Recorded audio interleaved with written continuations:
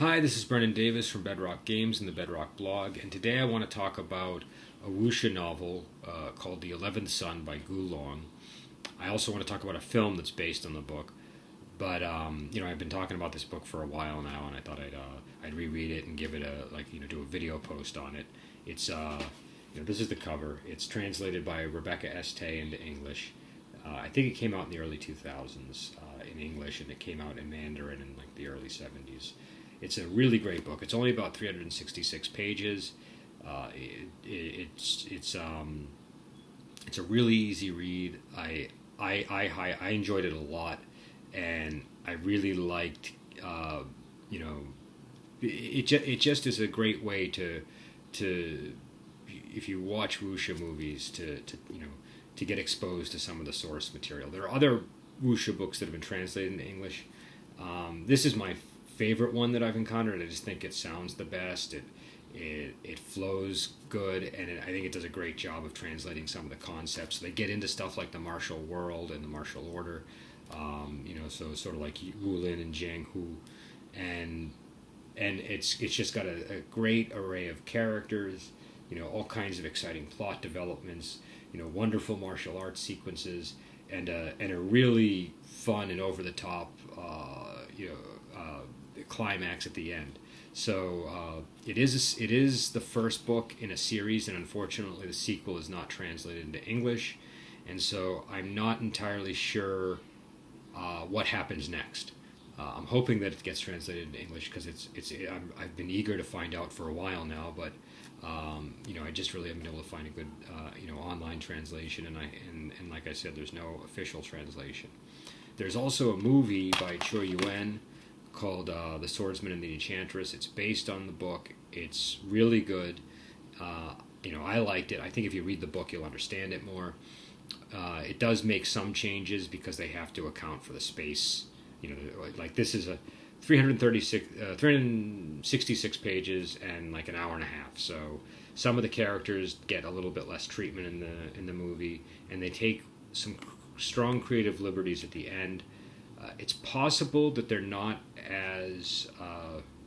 taking as many liberties as I think if the sequel reveals additional information that we don't have in the first book. But from what I can tell, they take some very big creative leaps. But again, caveat: it's possible that the sequel smooths those over a little bit. So.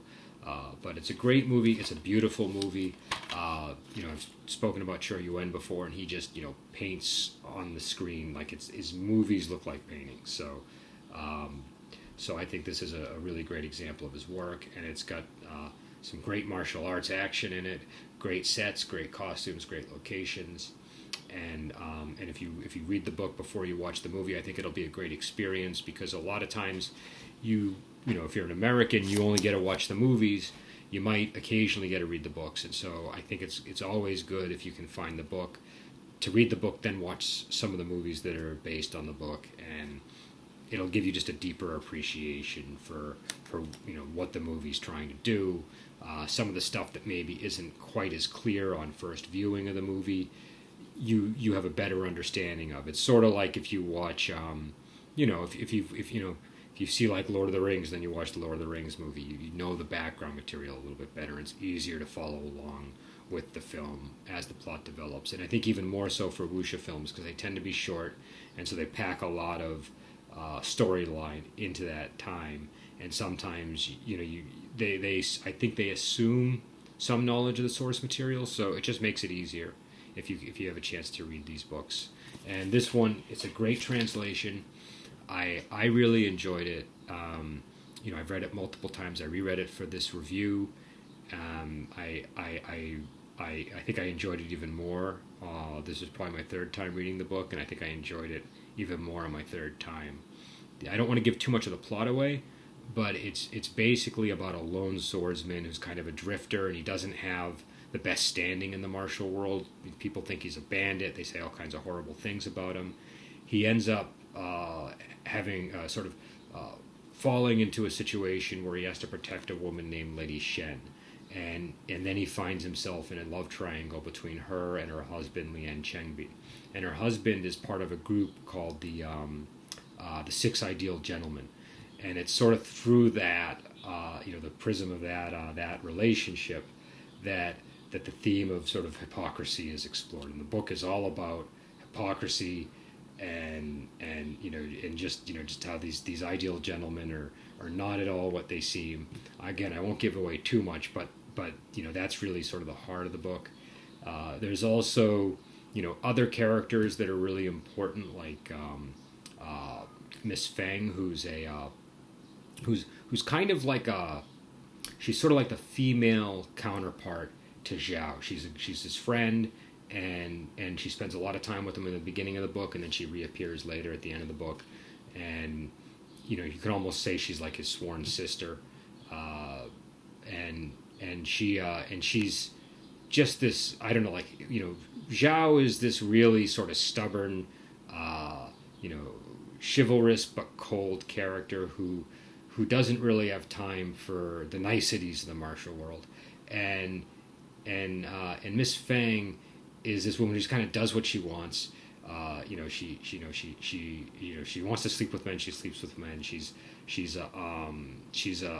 kind of defies a lot of the social conventions that Gulong establishes as being part of the sort of the culture of the martial world, and so I don't know. I just find I think she's like a really interesting character, and she's a really nice balance to Zhao. And I'm hoping that when I do read the sequel, that she continues to be an important character in the story. In the movie, she gets a little bit less treatment, and in the movie, I think her nickname is the Enchantress, and in the movie, it's Man Junkie. So it's and that's maybe the dubbing more than what the actual original audio is. I can't say for sure, but she gets a little bit of a smaller role, and it doesn't quite. They just don't quite. I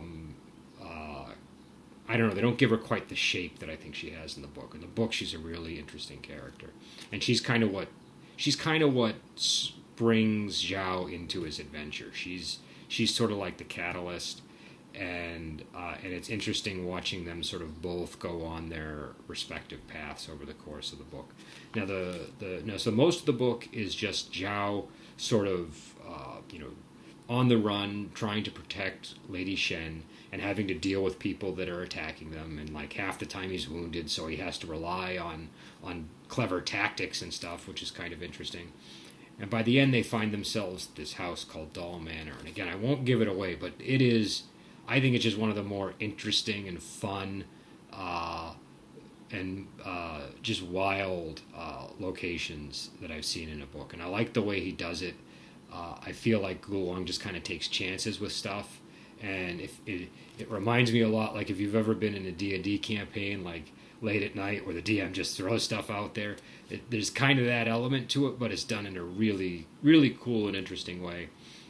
Again, I have seen people who maybe didn't quite find it their cup of tea, but I really enjoyed it. And I think that the Dollhouse Manor alone is just a great idea that you could rip and pull into an adventure. So if you like RPGs and you play tabletop, this is a good book for to find inspiration in.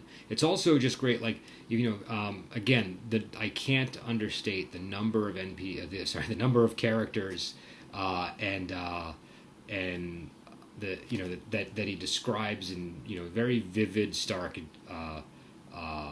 ways that just sort of stand out. It's I'm always impressed that these movies and the books have such a range of unique characters in them that really sort of are memorable. You know what I mean? Because you bump into a lot of guys that Zhao has to fight, and they manage to and Gulong manages to make them each fairly memorable and interesting and fun. So I think it's like I said in a previous video, every character is almost a little bit like a villain, not in that they're bad, but in that they all kind of have this grand personality that really stands out, and I just really enjoy that. So again, definitely check this book out. Hopefully, I did it justice.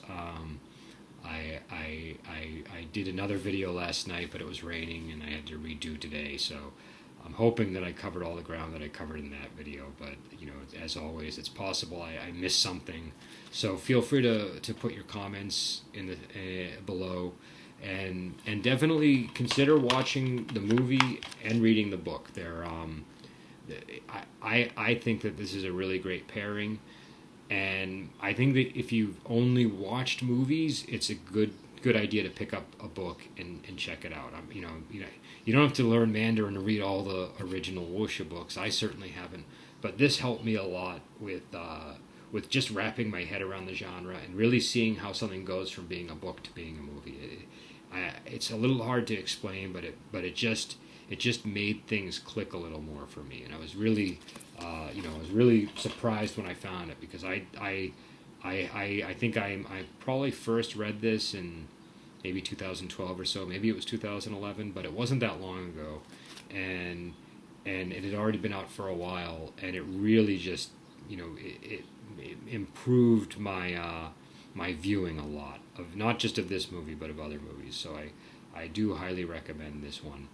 And again, unfortunately, there isn't an official sequel in print. Hopefully, they will have one day. If anybody knows any news on that, definitely contact me and let me know, because I'm really eager to find out what happens in this book. So again, it's the 11th Son. It's by Gu Long, and it's translated by Rebecca S. Tay. The movie is a Cher Yuen film, Swordsman and the Enchantress, and it's great too. I'll link to my my blog review of it, and I'll try to link to some information on the book too. So again, I really encourage people to check these out, and I'd like to hear from people too that who maybe, if somebody's read this book in the original language, I'd really be interested in your thoughts.